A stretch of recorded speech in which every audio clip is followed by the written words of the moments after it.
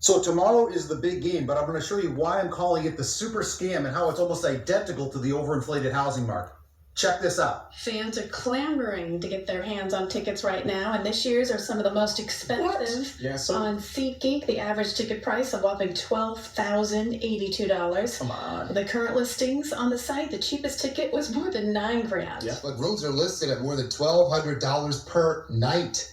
Other hotels on the Strip have openings for $1,300 or $1,400 a night. Now, if those prices aren't crazy enough, I'm about to show you even more eye-popping numbers. Let's get into it. Have it in the video. So the Super Bowl is here tomorrow in Las Vegas, and the anticipation has been huge, and so too have been the prices. Whether it's ticket prices for the games, hotel accommodations, airfares, you name it. The problem with Las Vegas is it has become the ultimate cash grab city, and the Super Bowl being here is the ultimate cash grab. And in the upcoming segments, I'm going to show you why buying one of the many Las Vegas homes for sale here has become a super scam similar to the outrageous Super Bowl costs. All right, so the biggest reason why sporting events, home prices, car prices, groceries have all skyrocketed is because inflation, no matter what anyone says, is still out of control. And now the most mind-boggling report that just came out was from the Federal Reserve meeting from last week. I want you to watch this short 25-second video clip from Federal Reserve Chairman Jerome Powell talking about something very specific about interest rates, and then I'm going to come back on the other side and break it down for you. I believe that our policy rate is likely at its peak for this tightening cycle, and that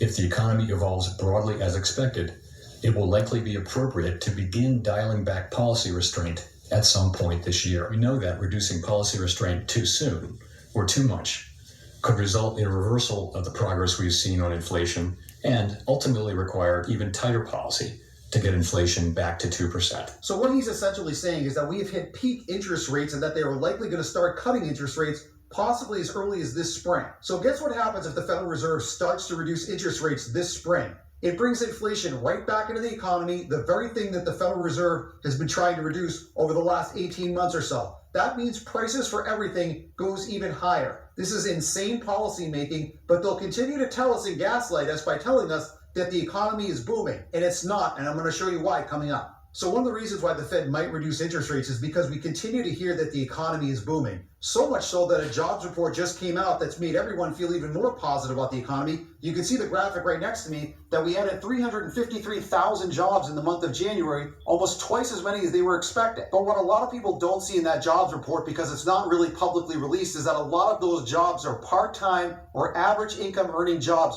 which will never allow you to buy a home and certainly never allow you to buy Super Bowl tickets. Now let's drill down specifically to the real estate market. We all know home prices have exploded since the pandemic, and that has especially happened here in Las Vegas. And in the upcoming clips, I'm going to show you some home prices here in Las Vegas that are really going to shock you and why you should. All right, so this first graphic I wanted to show you was from an article that came out a little while back from Robb Report. Take a look at that headline there where it says the yearly salary needed to buy a home in the U.S. increased 50% since 2020.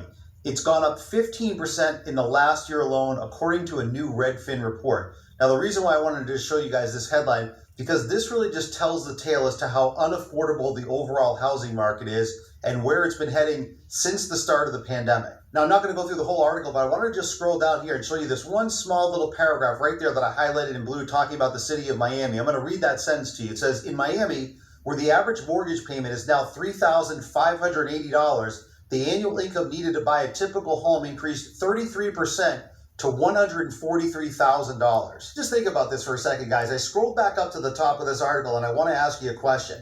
Has your yearly salary gone up 50% in just the last 3 or 4 years just so you can afford an average price home? I would venture to say that absolutely everybody would answer that question with a resounding no. And that's what's so frustrating about this real estate market and the overall economy. People have been priced out of the real estate market because their wages and their incomes have not even remotely kept up with inflation. And that's what's so frustrating, because so many people, millions of people, can't afford a home because their incomes just can't catch up to inflation. All right, so popular and most moved to city in the country, almost every single...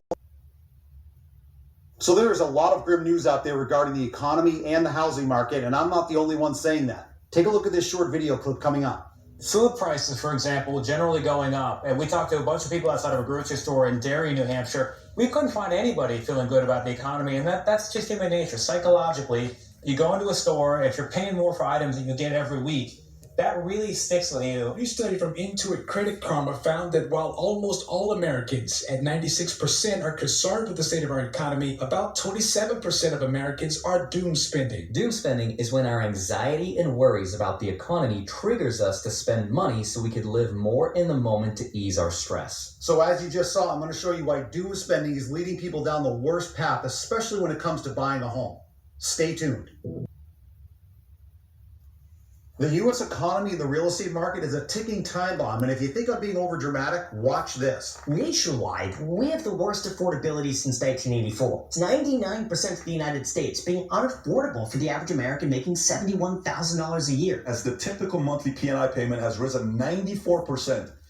Oh my God. 90? That's bananas. Has people's income increased 94%? It's only, That's no. The P&I payments increased 94 in 2 years, now amounting to roughly 41% of the typical household's income. This is the reality that millions of people are facing right now, and I'm going to break down even more shocking details for you coming up. Stay tuned.